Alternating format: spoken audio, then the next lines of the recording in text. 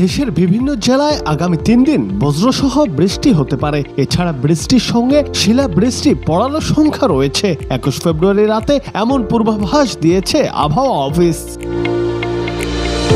আবহাওয়া অফিস জানায়, পশ্চিমা লঘুচাপের বর্ধিতাংশ পশ্চিমবঙ্গ ও তৎসংলগ্ন এলাকায় অবস্থান করছে।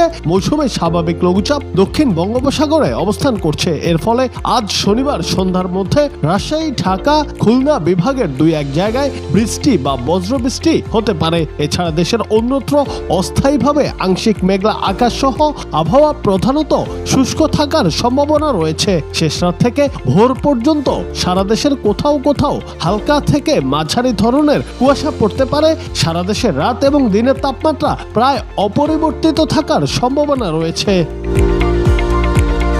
আজ শনিবার সন্ধ্যা থেকে রোববার সন্ধ্যা পর্যন্ত দেওয়া পূর্বাভাসে বলা হয়, রংপুর, রাজশাহী, ময়মনসিংহ, ঢাকা, খুলনা, বরিশাল, চট্টগ্রাম ও সিলেট বিভাগের 2-1 জায়গায় অস্থায়ী দমকা হাওয়া সহ বৃষ্টি বা বজ্রসহ বৃষ্টি হতে পারে। সেই সঙ্গে বিক্ষিপ্তভাবে শিলাবৃষ্টি হতে পারে। শেষ রাত থেকে ভোর পর্যন্ত দেশের কোথাও কোথাও হালকা থেকে মাঝারি ধরনের কুয়াশা পড়তে পারে। সারা দেশে রাতের তাপমাত্রা বৃদ্ধি পেতে পারে এবং দিনের তাপমাত্রা 1 থেকে 3 ডিগ্রি সেলসিয়াস হ্রাস পাওয়ার সম্ভাবনা আছে।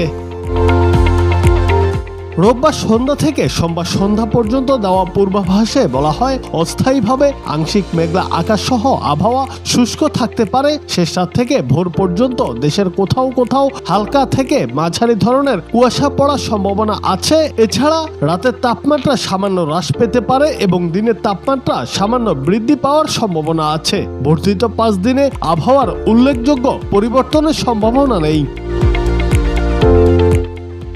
জুনায়েদ আহমেদ, বাংলা টিভি।